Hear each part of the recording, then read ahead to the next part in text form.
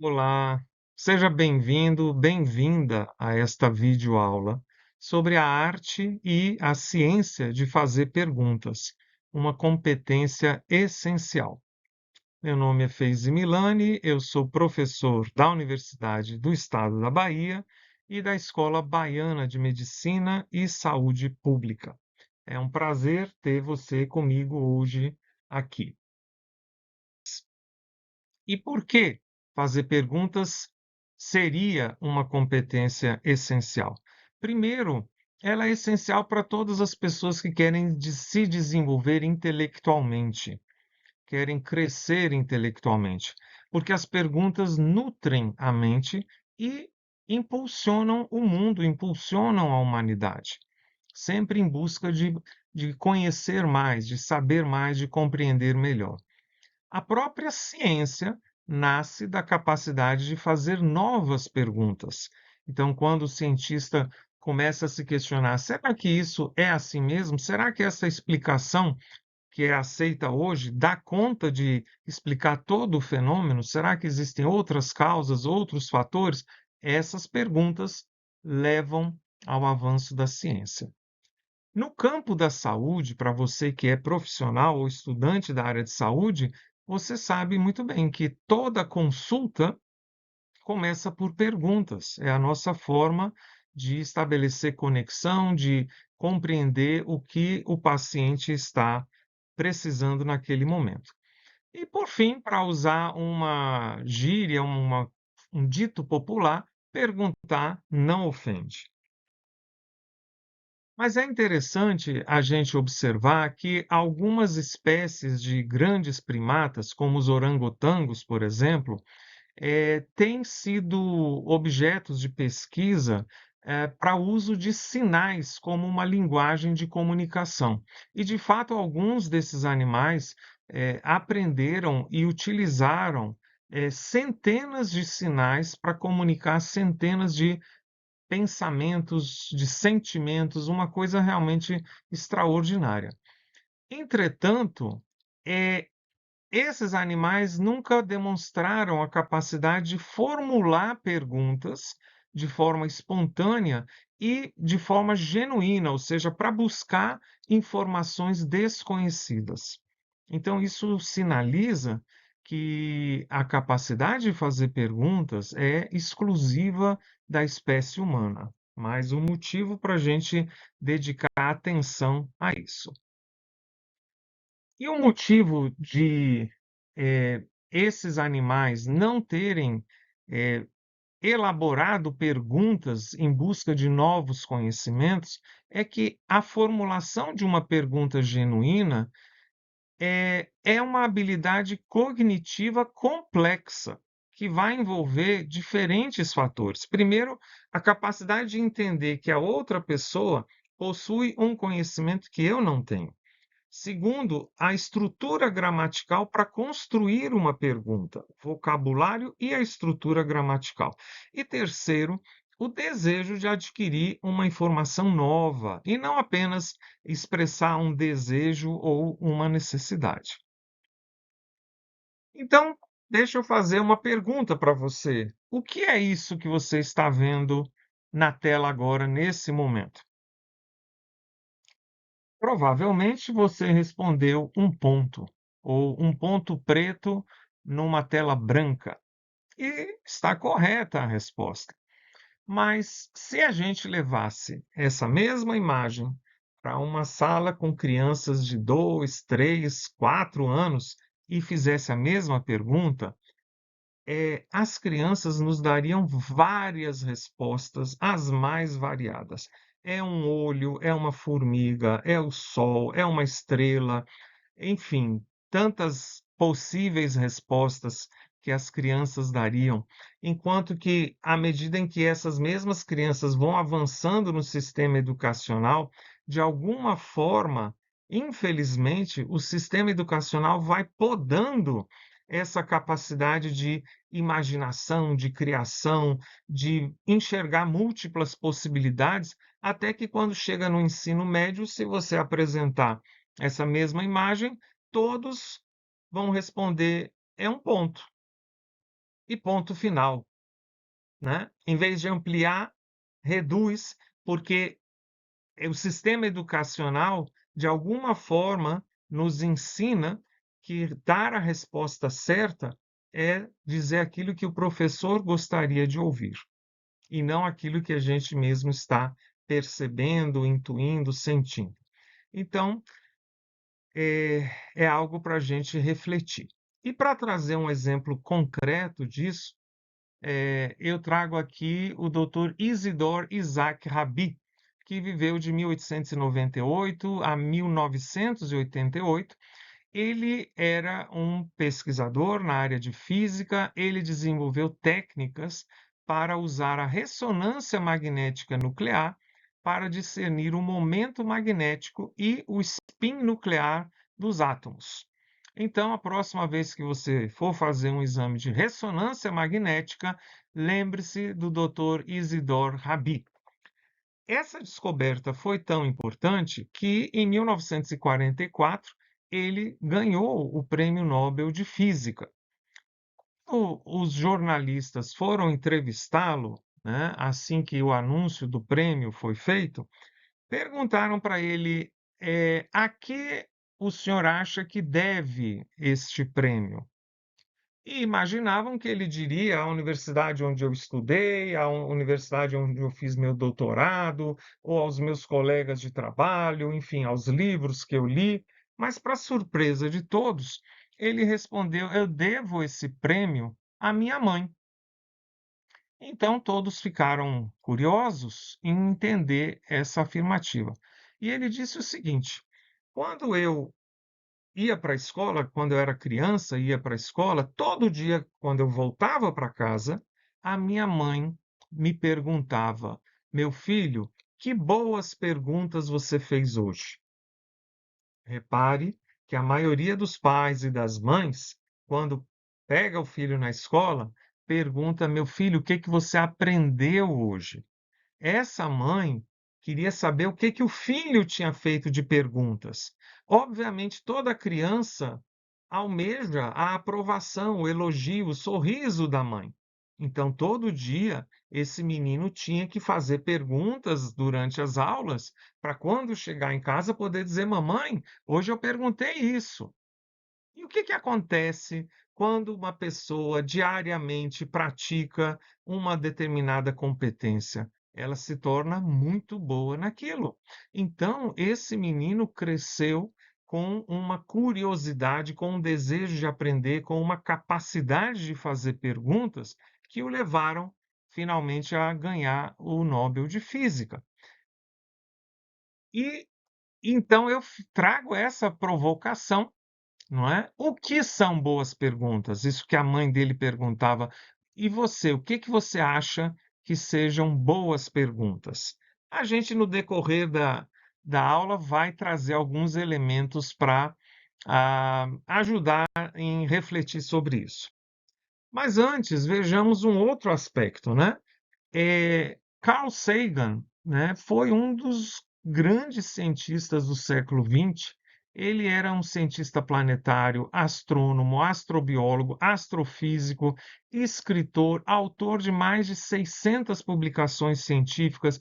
Ele tinha uma série de programas na televisão que popularizou a ciência, porque ele trazia os conhecimentos científicos de forma, numa linguagem acessível para os leigos, né? E Carl Sagan deixou essa definição de que a ciência é um modo de pensar muito mais do que um corpo de conhecimento. Um modo de pensar. Que modo de pensar é esse? É um modo de pensar baseado na curiosidade, baseado em algumas qualidades e virtudes, como, por exemplo, a humildade. Porque quem tem a arrogância de achar que já sabe muito, já sabe tudo, não vai não vai procurar mais, não vai pesquisar, não vai fazer perguntas.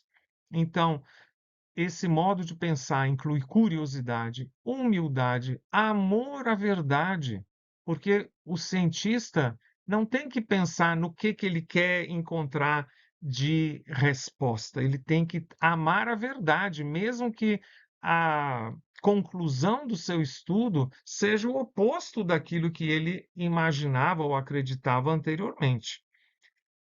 E isso é importante para você que é estudante universitário, se dar conta que aprender a pensar no modo científico é mais importante do que achar que você vai adquirir todo o corpo de conhecimentos da ciência.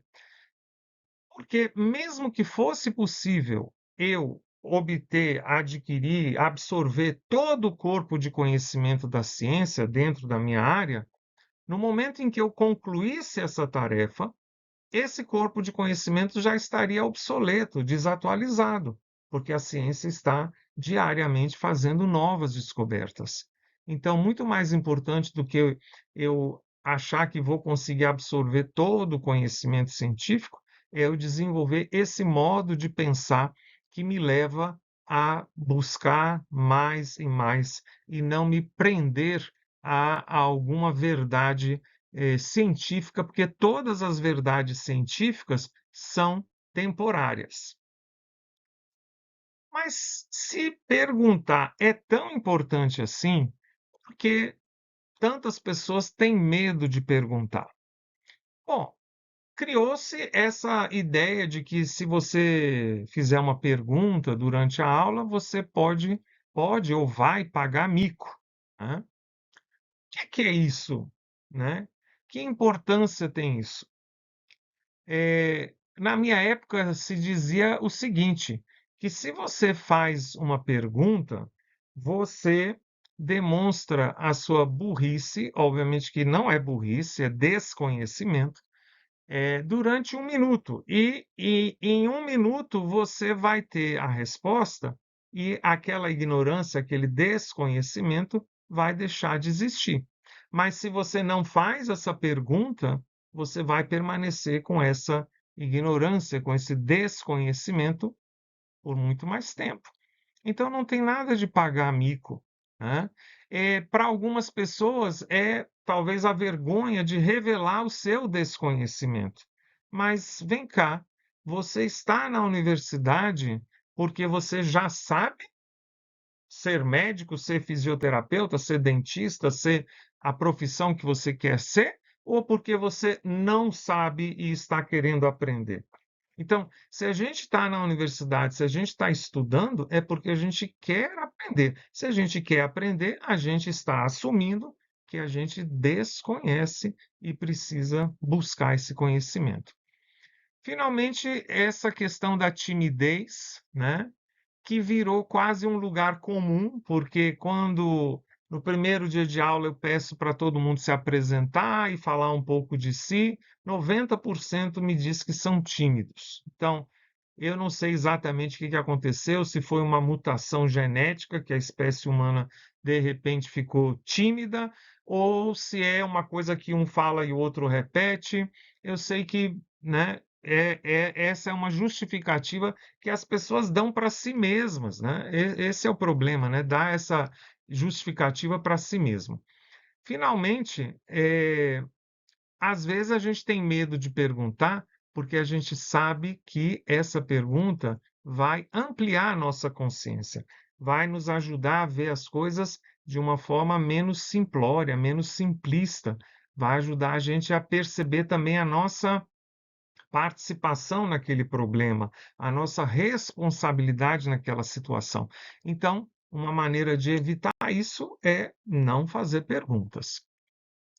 Mas agora vamos usar uma analogia bem interessante. Imagine que esse círculo amarelo que você está vendo aqui representa o meu conhecimento. Todo o meu conhecimento está representado aqui por esse círculo amarelo. Do lado de fora do círculo amarelo está o quê? Tudo aquilo que eu desconheço, não é? Dentro do círculo, o meu conhecimento, fora do círculo, o meu desconhecimento, a minha ignorância, aquilo que eu não sei. Então, está aqui, né? O que eu sei, o meu conhecimento, está no círculo, fora do círculo, o que eu não sei, tudo que está fora do meu conhecimento. Então, se é assim, o que que essa linha azul em volta do meu conhecimento, ou seja, fazendo a fronteira entre o conhecido e o desconhecido, o que que essa linha azul, né, chamada circunferência, o que que ela representa? Ela representa o quanto que eu sei que não sei, ou seja, o quão consciente eu estou da minha própria ignorância. Vamos dar um tempinho para captar, porque essa é a parte mais sensível da explicação. Veja, é como se fosse a membrana de uma célula. Do lado de dentro está a célula, do lado de fora está o meio. Então, essa interface entre, no caso aqui, o meu conhecimento e o meu desconhecimento, é esse ponto de contato do que eu conheço com aquilo que eu não conheço. Portanto, é o meu ponto de contato de saber o quanto que eu não sei, o quanto que está fora do meu conhecimento. E aí, o que que acontece? É muito difícil para qualquer pessoa saber o quanto que ela não sabe. Por isso, Louis Pasteur, né, grande cientista, disse: a ignorância mais profunda reside nos preconceitos descuidados de supostos homens de ciência. Por que preconceitos descuidados? Preconceito é qualquer conceito que você tem antes de conhecer algo em profundidade. Pré-conceito é um conceito que antecede o seu conhecimento, o conhecimento da realidade. Então, ele está dizendo que muitos homens de ciência, pelo menos supostos homens de ciência, ou que se acreditam ser homens de ciência, têm preconceitos, né, descuidados, ou seja, porque a pessoa nem se empenhou em esclarecer aquilo.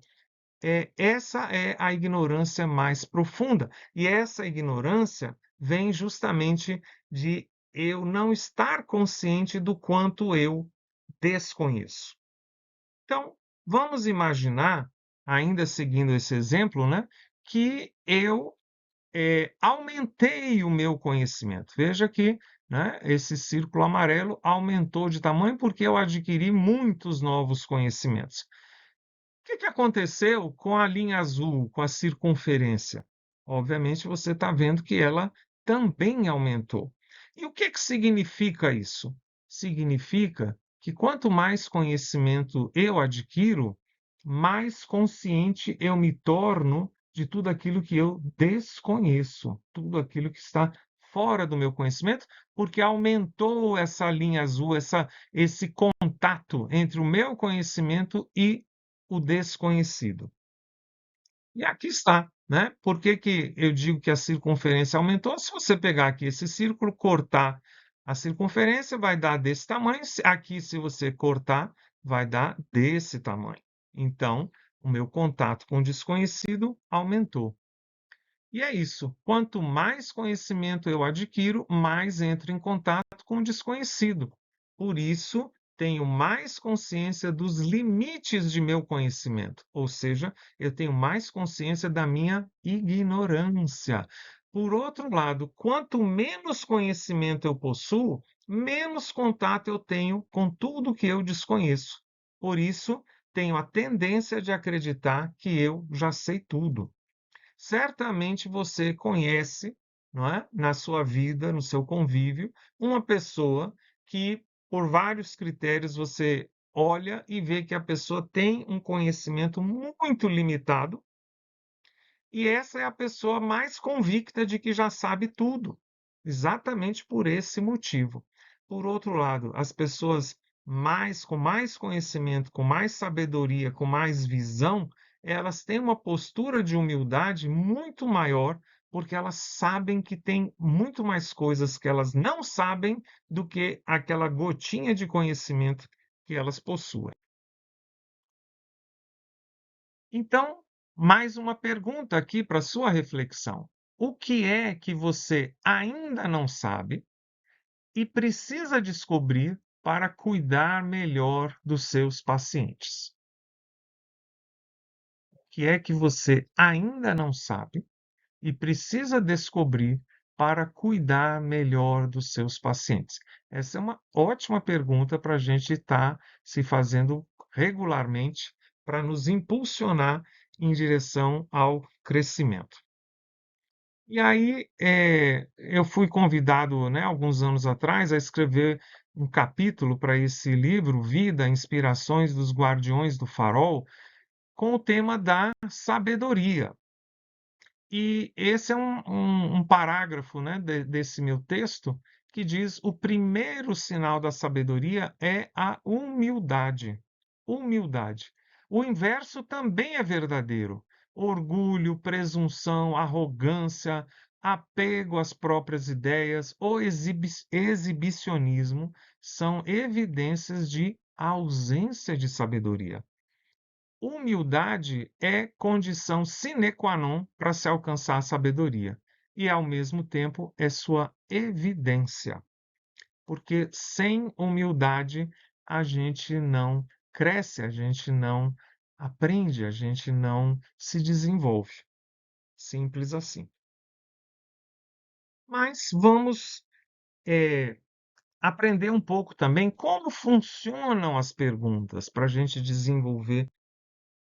É importante a gente se dar conta que toda pergunta traz embutida nas suas entrelinhas uma premissa, um pressuposto. Quando eu pergunto: "Quando você parou de fumar?", eu estou presumindo que você parou de fumar. "Por que João chegou atrasado?", eu estou assumindo que João chegou atrasado, quero saber o motivo. "Você já corrigiu as provas?", fica subentendido que você aplicou uma prova e que você é responsável por corrigir essas provas. O que foi que ela almoçou? A premissa é de que essa pessoa almoçou. Então, a gente precisa ficar atento a quais são as premissas, quais são os pressupostos que estão embutidos nas perguntas que nós fazemos. E daqui a pouco isso vai ficar mais claro. O fato é que as perguntas não ficam sem resposta. Quando alguém faz uma pergunta para a gente, por exemplo, como é o nome daquele ator naquele filme? O nome não me vem à mente, não me vem à mente. O cérebro vai continuar buscando essa informação até consegui-la, seja daqui a 5 minutos, seja daqui a 1 hora, seja no dia seguinte, dá aquele estalo e aí a gente se lembra: ah, o nome do ator é tal. Isso porque o cérebro tem uma notável capacidade de persistir na busca por uma resposta, mesmo quando ela não é imediatamente recuperável. Isso se deve à complexa interação de sistemas de memória, de funções executivas, de redes neurais ativas em segundo plano e de mecanismos de recompensa. O fenômeno na ponta da língua é uma evidência clara dessa busca contínua que muitas vezes resulta na descoberta, né, daquela resposta em um momento inesperado. Então, nenhuma pergunta fica sem resposta. E isso tem consequências que vocês vão ver também daqui a pouco. A aplicação disso, que eu quero compartilhar aqui, é refletir quais são as perguntas que você faz a si mesmo. Talvez alguém esteja pensando, mas eu não faço pergunta nenhuma para mim mesmo. Faz, a gente faz muitas perguntas, a gente tem um diálogo interno quase que contínuo, o tempo todo a gente está dialogando consigo mesmo e frequentemente fazendo perguntas para nós mesmos. E por que isso é importante? Porque as perguntas que você faz a si mesmo podem te colocar em caminhos distintos, em direções diferentes. Pode te colocar no caminho do crescimento ou da acomodação, da excelência ou da mediocridade, da resiliência ou da autopiedade, da serenidade ou da ansiedade. Então, se você quer trilhar um caminho de crescimento, de busca da excelência, de desenvolver a resiliência, de ser uma pessoa serena, tem que prestar muita atenção a essas perguntas. E vamos ver alguns exemplos concretos disso. Porque nem todas as perguntas prestam. Existem algumas perguntas que, como eu falei, colocam a gente no caminho errado, colocam a gente nesse deserto aí seco, sem lugar seguro, né? Como uma criança que vê o seu balão voar, né? Exemplo dessas perguntas: por que ninguém me ama? Está embutida a premissa de que ninguém me ama e eu quero entender o motivo. Porque nada dá certo para mim. Novamente, eu estou afirmando que nada dá certo para mim. E quando eu faço essa afirmativa, na forma de uma pergunta, mas é uma afirmação que está nas entrelinhas, o meu cérebro não vai sossegar enquanto não encontrar uma resposta. Portanto, vai dar justificativas que nada dá certo para mim, porque isso, porque aquilo. Por que minha vida é tão sofrida? Mesma coisa. Será que eu vou conseguir? Aqui está embutida a ideia de que é possível, é provável que eu não consiga, eu duvido da minha capacidade. Só que essa pergunta, será que eu vou conseguir? Será que eu vou tirar uma boa nota na prova? Ela não me ajuda a tirar uma boa nota, ela não me ajuda a alcançar o sucesso. O que me ajudaria a alcançar o sucesso é perguntar o que que eu preciso fazer para tirar uma boa nota, o que que eu preciso fazer para aprender melhor, o que que eu preciso fazer para realizar o melhor trabalho possível. E não a dúvida se eu vou conseguir ou não. Qualquer que seja a resposta, ela não vai contribuir em nada para o meu sucesso. O que será que vai acontecer? Como é que a gente vai saber? Como é que eu posso saber o que que vai acontecer? Todo o tempo, toda a energia, todo o pensamento que eu gastar tentando responder essa pergunta é desperdício, é puro desperdício de tempo, de energia, de inteligência, de imaginação, do que você quiser. E se eu fracassar? Sempre existe essa possibilidade, mas de nada adianta eu ficar antecipando essa possibilidade, porque só quando ela ocorrer é que eu vou poder avaliar as possibilidades do que eu farei em seguida, né? Por que que eu não pergunto: "E se eu tiver sucesso?", não é? "E se eu conseguir? E se eu, né, obtiver o que eu estou alcançando?". Seriam perguntas muito melhores.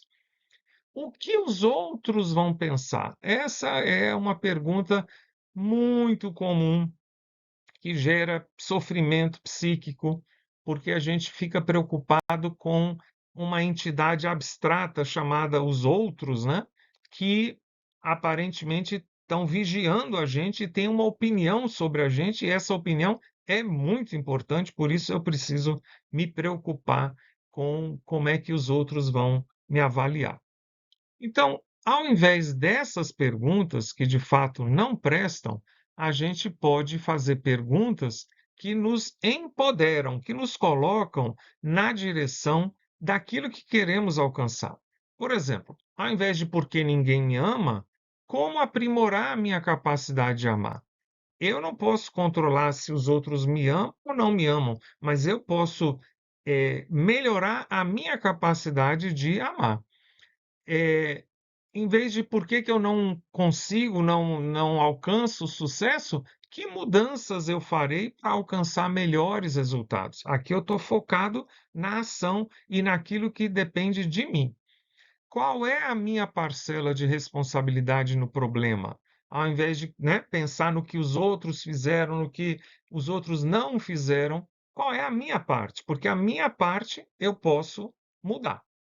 Como posso me preparar para esse desafio? Quais são as ações concretas através das quais eu vou me preparar para essa prova, para essa entrevista, para essa seleção? Quais são as iniciativas e ações que estão ao meu alcance? Muitas vezes a gente quer atingir um objetivo que vai depender de vários fatores. E vários desses fatores estão fora do nosso alcance, não dependem da gente.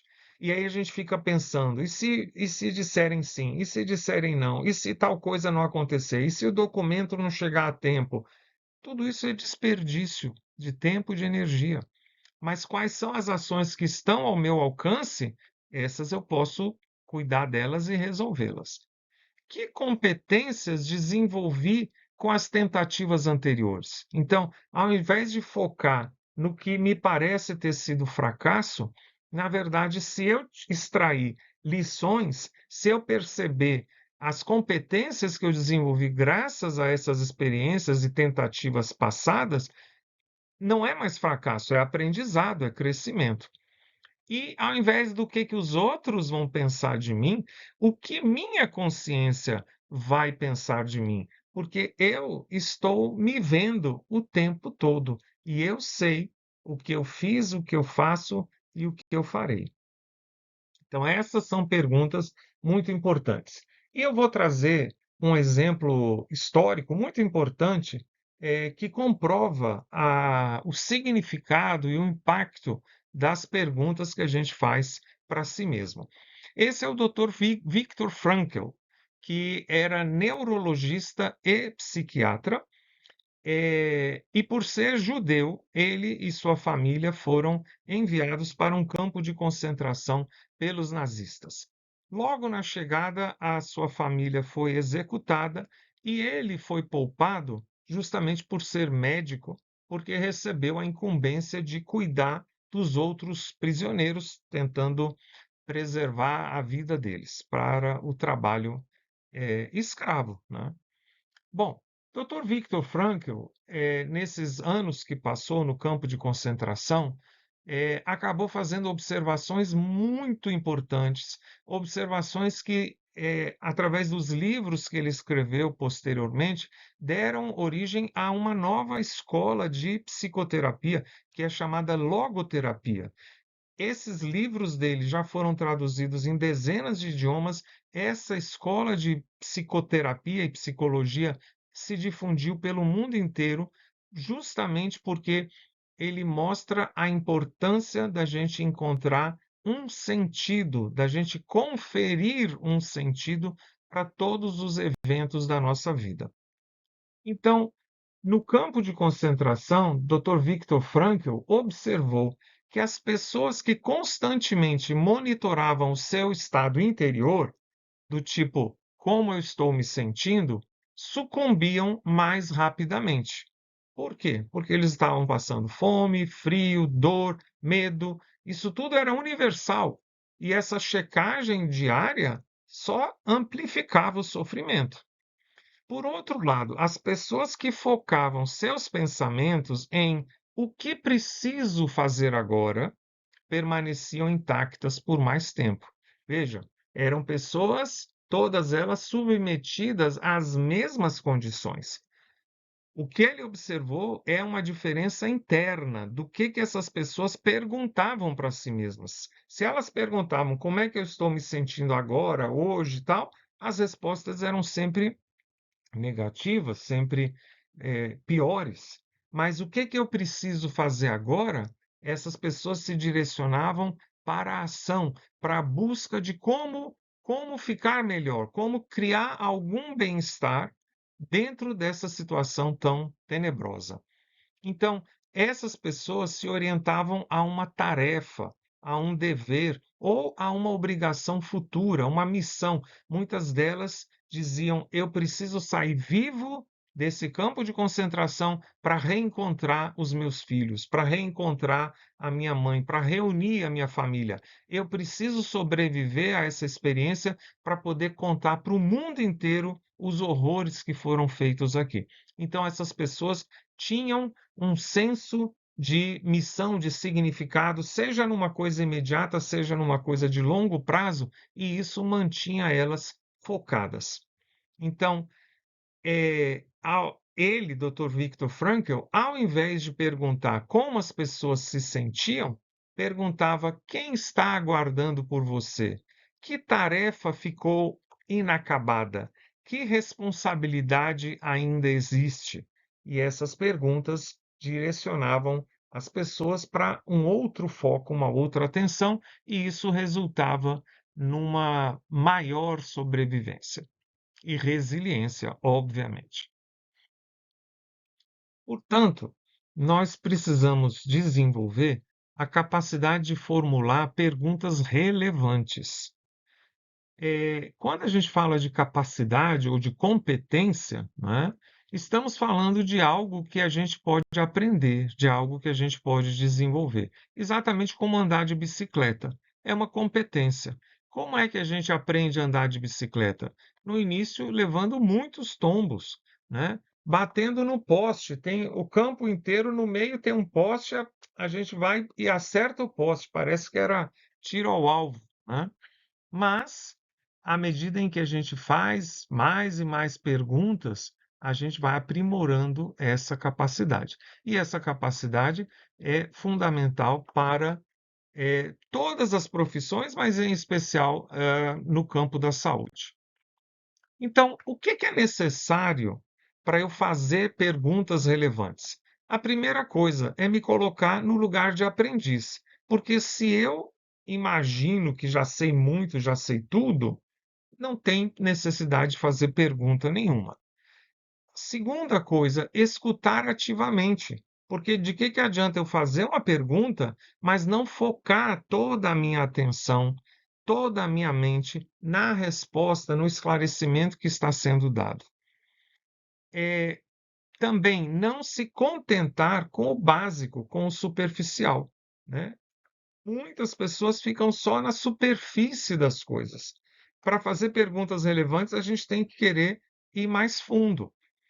Também a gente precisa se aproximar do objeto que a gente está conhecendo para poder olhar mais de perto, e depois a gente precisa se distanciar para poder olhar ele enquanto sistema, como é que ele se conecta com os outros conhecimentos, com os outros objetos. Estabelecer conexões entre o que a gente está aprendendo e o que a gente já sabe é outra forma de fazer perguntas relevantes e de consolidar o aprendizado. Porque um aprendizado de algo que eu não tenho nenhuma referência e que não se conecta com nada do que eu sabia antes, ele não vai ser consolidado, não vai ser absorvido, não vai permanecer, porque ficou uma peça solta. Então, eu preciso conectar cada informação, cada conhecimento que eu recebo, que eu adquiro novo, com os conhecimentos que eu já tinha anteriormente.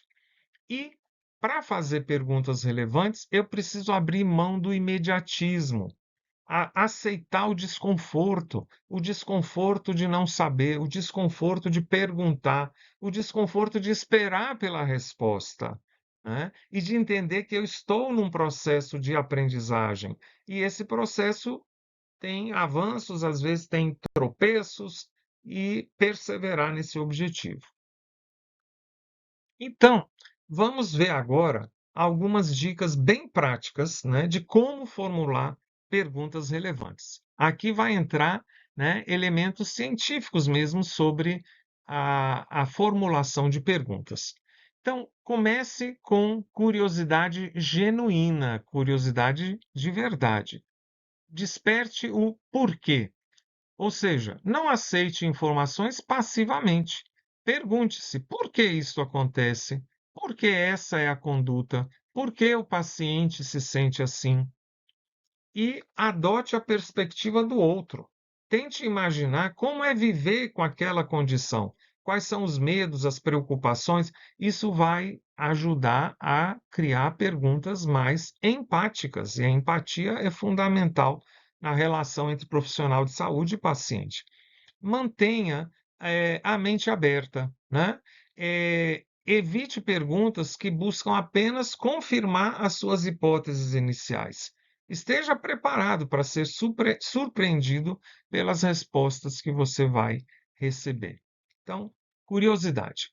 Existem, né, vários tipos de perguntas. A gente vai falar aqui de 5 tipos básicos, que é a pergunta aberta, que é uma pergunta exploratória, a pergunta fechada, que está focada em algum ponto, a pergunta de aprofundamento, a pergunta reflexiva e a pergunta desafiadora, que é pertinente ao ambiente de aprendizado. Essas perguntas exploratórias, que são abertas, elas permitem respostas amplas e detalhadas. Elas não têm nenhum direcionamento. Começam normalmente com como, o que, fale-me sobre, descreva, né? Eu não estou sugerindo, eu não estou direcionando, eu não estou dando duas alternativas, eu estou deixando aberta para que a pessoa ou o paciente traga o que quer que ele tenha para oferecer.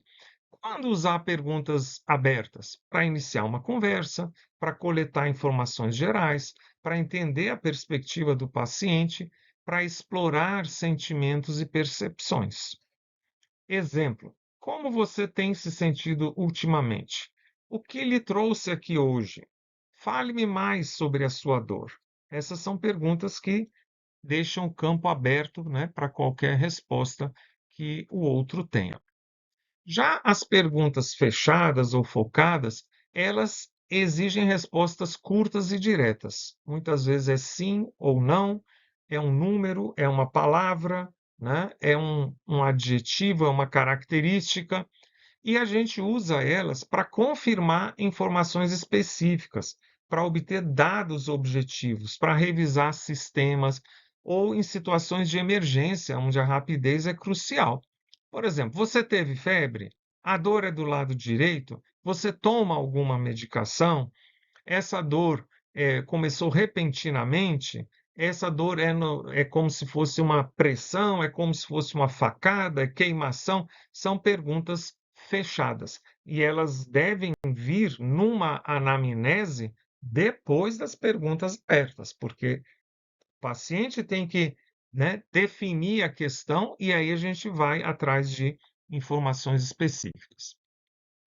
As perguntas de aprofundamento buscam eh, dar seguimento a uma resposta inicial para obter mais detalhes. Então, quando a resposta inicial é vaga ou incompleta, a gente pode usar uma pergunta de aprofundamento.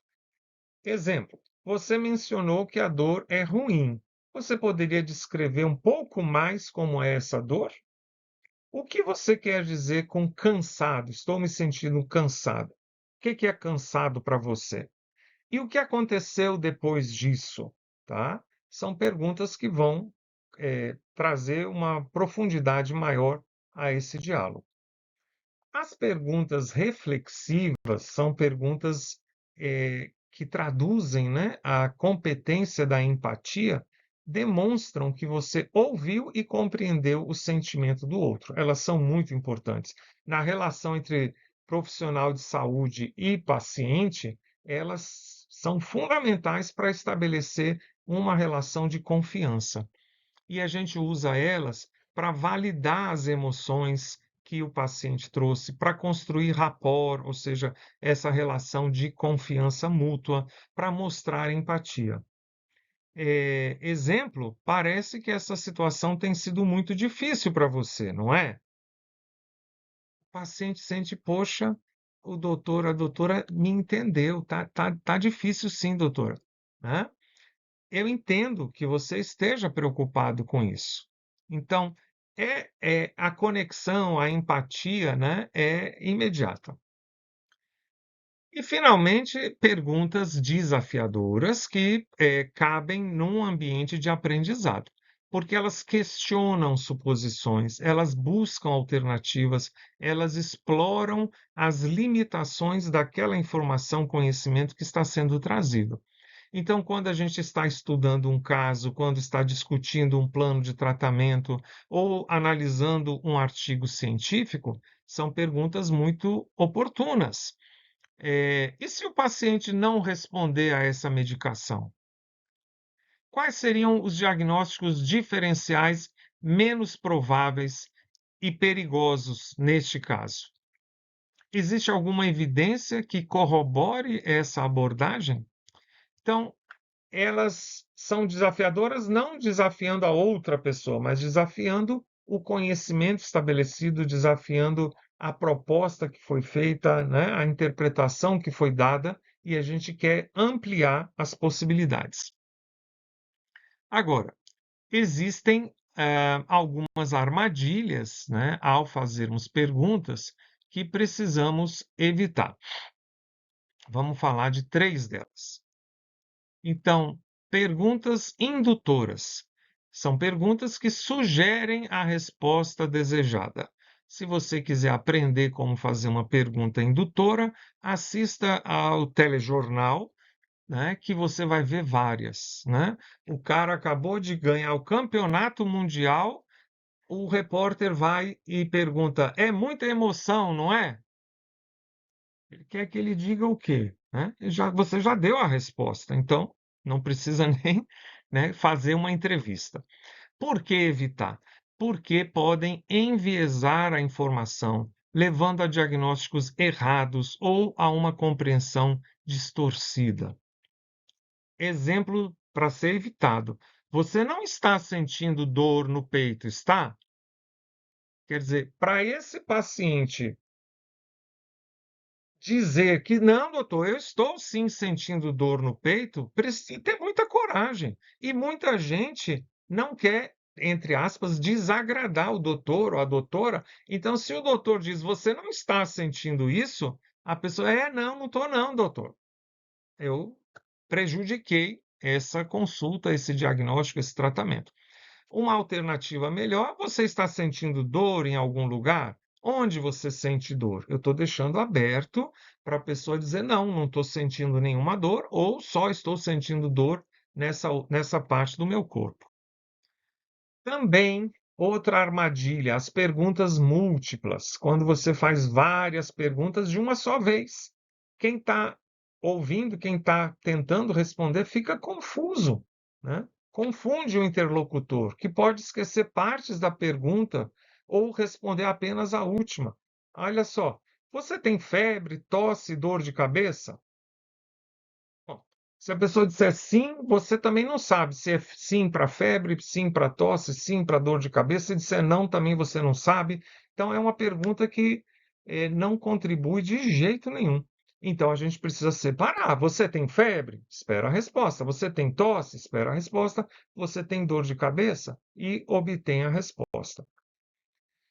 E outra armadilha muito comum, infelizmente, é o jargão médico. São os termos técnicos, né, das profissões de saúde que nós nos acostumamos a usar e usamos continuamente, mas que devem ser limitadas ao campo técnico, ao campo profissional. Quando estamos numa reunião entre profissionais, quando estamos discutindo um caso clínico, não na nossa conversa com o paciente, porque muito provavelmente não vai entender. Se você quer um exemplo disso, veja um advogado ou um juiz falando, né? A gente não consegue entender quase nada, porque também tem um jargão técnico ali muito refinado e que o cidadão comum não vai conseguir acompanhar.